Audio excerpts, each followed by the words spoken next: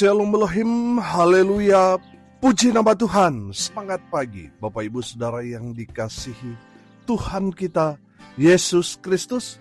Jumpa lagi bersama saya Pendeta Samuel Mawuntu dalam renungan pagi ke 2739 hari. Renungan pagi ini mengudara. Puji Tuhan. Bapak Ibu Saudara yang dikasihi Tuhan, sebelum kita membaca, mendengarkan dan merenungkan firman Tuhan hari ini, mari kita berdoa, minta pimpinan Roh Kudus. Kita berdoa.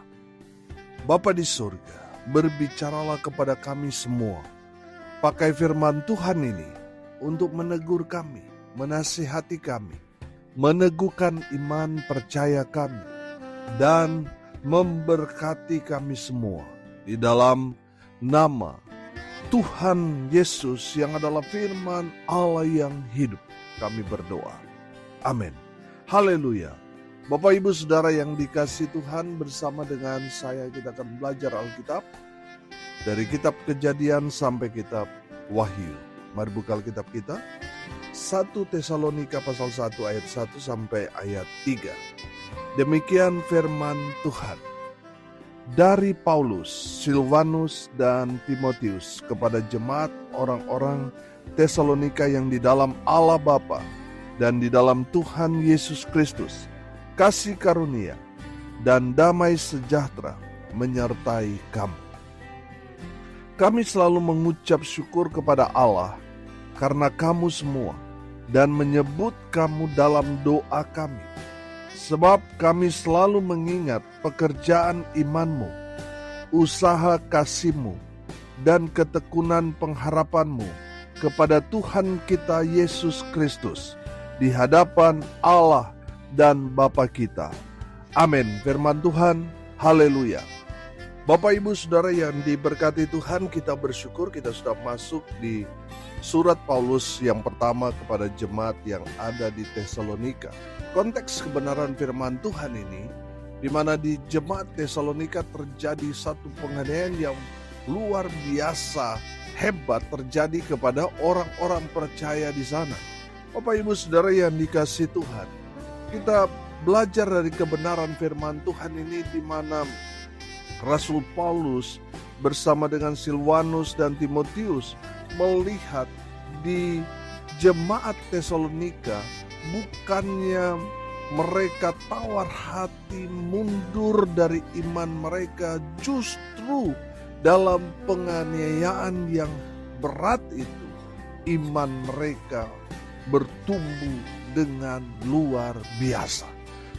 Seolah-olah penganiayaan itu tidak mempengaruhi mereka.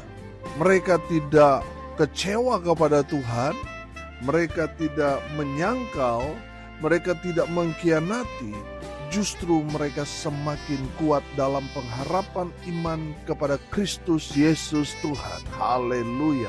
Bapak Ibu Saudara yang dikasihi Tuhan, kita belajar di tengah-tengah masa sulit Rasul Paulus melihat bahwa jemaat di Tesalonika yang pertama saudara, mereka kuat dalam iman. Amin. Ujian iman mereka adalah penganiayaan itu. Bapak Ibu Saudara yang dikasihi Tuhan, mereka melihat bagaimana orang yang menjadi percaya pada saat itu ditangkap, dianiaya, dan dibunuh, dan disaksikan oleh publik pada saat itu. Tetapi tidak membuat orang-orang percaya yang ada di Tesalonika itu menjadi tawar hati. Amin. Ada berapa banyak orang Kristen sekarang ini kecewa ketika mereka tidak mendapatkan apa yang mereka doakan, apa yang mereka harapkan, tidak Tuhan berikan kepada mereka. Akhirnya apa sudah? Mereka menyangkal iman mereka. Padahal kalau kita melihat saudara secara konteks di mana jemaat yang ada di Tesalonika, atau saya katakan jemaat di abad pertama itu sangat-sangat bergumul antara hidup dan mati. Mereka tetap kuat dalam iman mereka dibandingkan dengan orang-orang percaya sekarang ini. Saya melihat terjadi degradasi iman, di mana sekarang ini Kalau kebutuhan pokoknya tidak dia dapatkan, mereka menyangkal Yesus. Mereka meninggalkan iman mereka. Bapak Ibu Saudara, betapa lemahnya iman kekristenan di zaman sekarang ini dibandingkan di abad-abad pertama, di mana iman diuji dengan penganiayaan. Bapak Ibu Saudara yang diberkati Tuhan, pesan firman Tuhan ini yang pertama Rasul Paulus mau sampaikan kepada kita semua, tetaplah kuat dalam iman apapun yang terjadi dalam kehidupan saudara dan saya. Tantangan, persoalan, tekanan, penganiayaan sekalipun.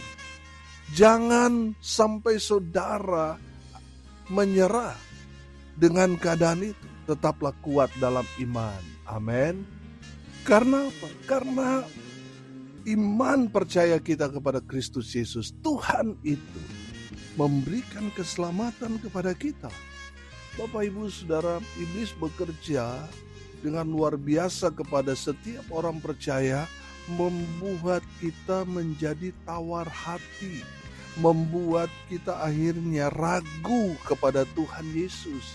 Bapak Ibu Saudara, dengar ini baik-baik. Tetaplah kuat dalam iman saudara. Amin.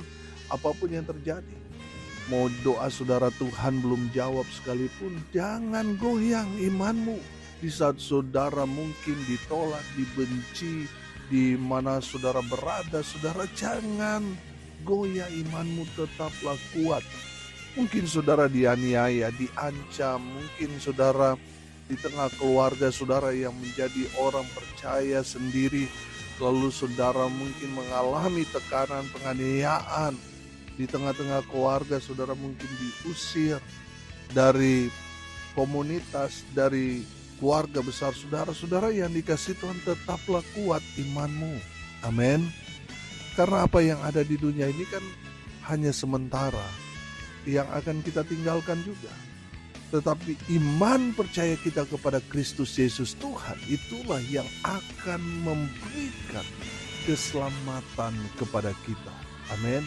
Hidup kekal ditentukan selama kita masih ada di dunia ini. Apakah kita tetap kuat iman kita atau kita goyah saudara? Itu yang menentukan apakah kita hidup kekal di surga atau di neraka. Saudara, dengar ini baik-baik. Tetaplah kuat di dalam Tuhan. Amin. Haleluya. Kuatkan imanmu. Haleluya. Yang kedua, di tengah-tengah masa sulit, jemaat di Tesalonika, Rasul Paulus melihat bahwa jemaat tetap hidup dalam kasih. Amin. Saudara yang dikasihi Tuhan, firman Tuhan ini katakan, sebab kami selalu mengingat pekerjaan imanmu, usaha kasihmu.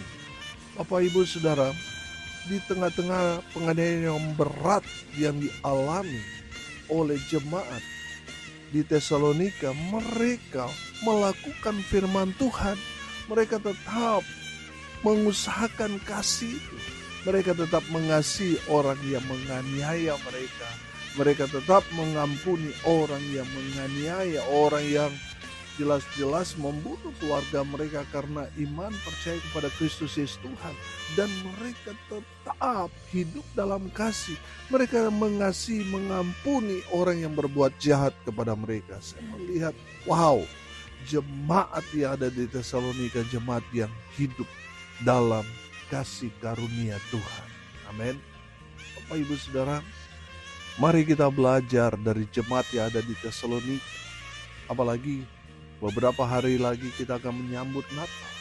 Mari kita belajar dari jemaat yang ada di Tesalonika, hidup dalam kasih. Amin.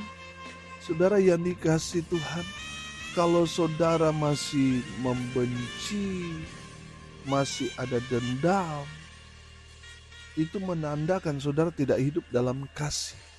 Orang yang hidup dalam kasih, dia mengampuni orang yang berbuat jahat kepada dia, dia mengasihi. Dia tetap melakukan kebaikan walaupun orang-orang berbuat jahat kepada dia. Dia hidup dalam kasih. Amin. Bapak Ibu Saudara, mari lihat diri kita. Sudah gak kita hidup dalam kasih Tuhan?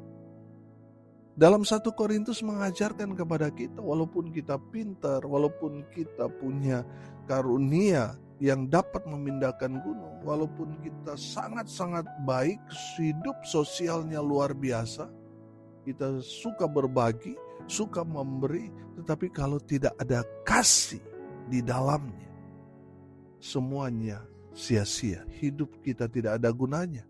Makanya saudara yang dikasihi Tuhan, mari kita hidup dalam kasih Tuhan. Amin. Mari jangan ada sakit hati, dendam dalam hatimu.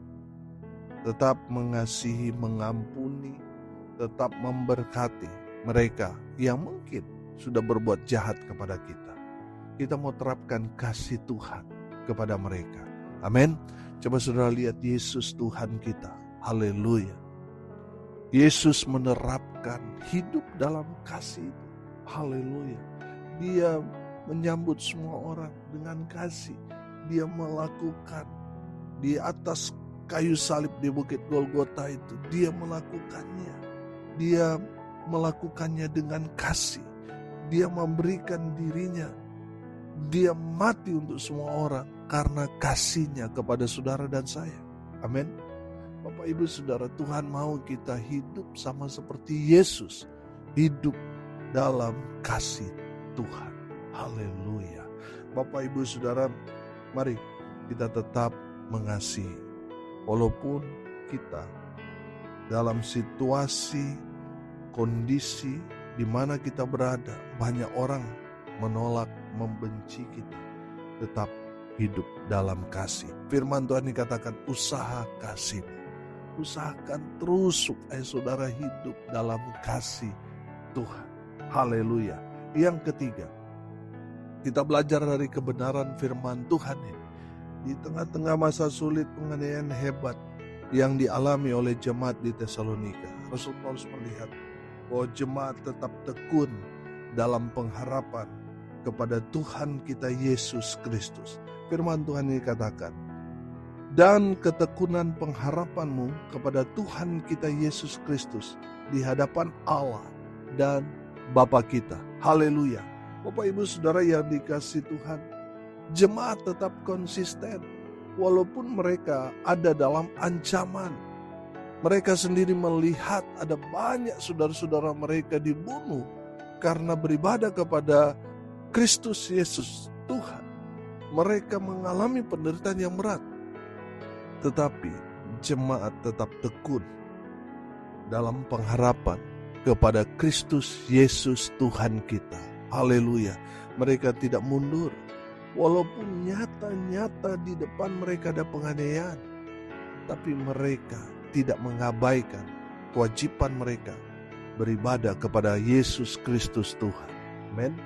Bapak Ibu Saudara lihat sekarang ini tidak ada penganiayaan, tetapi orang malas pergi beribadah ke gereja.